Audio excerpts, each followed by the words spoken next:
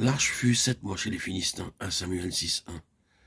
Dieu montre ici que son peuple peut être vaincu, mais lui jamais. C'est lui le grand vainqueur. C'est lui qui donne la victoire à son peuple ou permet sa défaite.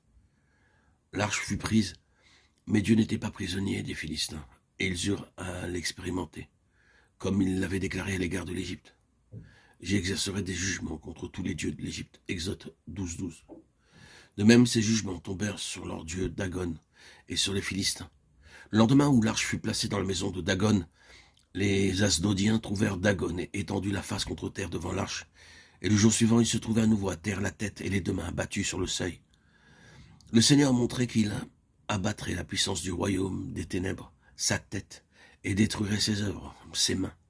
C'est en raison d'une telle victoire remportée par notre Seigneur sur la croix qu'il établit sa vie en nous, nous amène sous sa royauté, et son autorité détrône le moi et ses œuvres. L'ennemi vaincu par notre Seigneur peut, il est vrai, l'atteindre à travers son peuple défaillant et désobéissant. Les Philistins furent contraints de renvoyer l'arche qu'ils mirent sur un char neuf tiré par 2 vaches. Ils placèrent à côté un coffre contenant des offrandes pour le péché, des souris d'or et des figures de leur tumeur. 1 Samuel 6:11. Les vaches n'eurent besoin d'aucun conducteur. Le Seigneur se chargea lui-même de les guider. Elles ne se détournèrent ni à droite ni à gauche. C'est ainsi que le char portant l'arche arriva à Beth-Shemesh. Après avoir offert les vaches en holocauste à l'Éternel, les Lévites descendirent l'arche. Mais alors, quelque chose arriva. Il est dit que l'Éternel frappa 70 hommes de Beth-Shemesh, parce qu'ils regardèrent l'arche. Cela amena de la désolation parmi eux.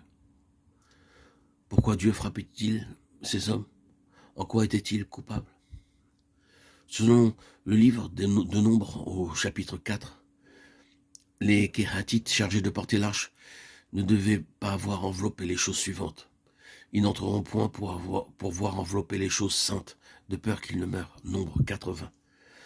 Lors de son transport par les Lévites, l'arche recevait 3 couvertures. Tout d'abord le voile séparant le lieu très saint du saint.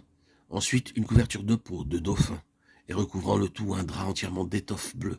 Nombre 4, 5, 6.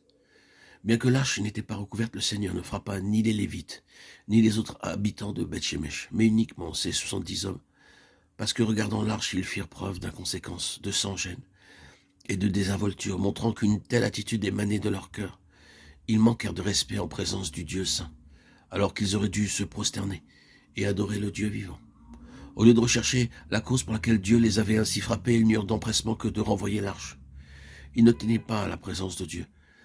Ils en auraient désiré les bienfaits. Ils étaient de ceux à qui Dieu pouvait donner, mais ne devait aucunement les châtier. Car cela, ils ne l'acceptaient pas. Ils ne discernaient pas ce que représentait le retour et la présence de l'arche parmi eux. Combien aujourd'hui voyons-nous de légèreté et de désinvolture dans le peuple à l'égard de Dieu?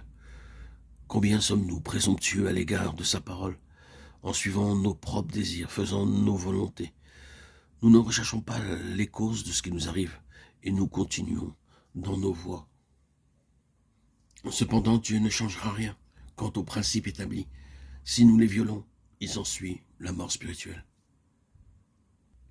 L'ennemi tremble devant Dieu.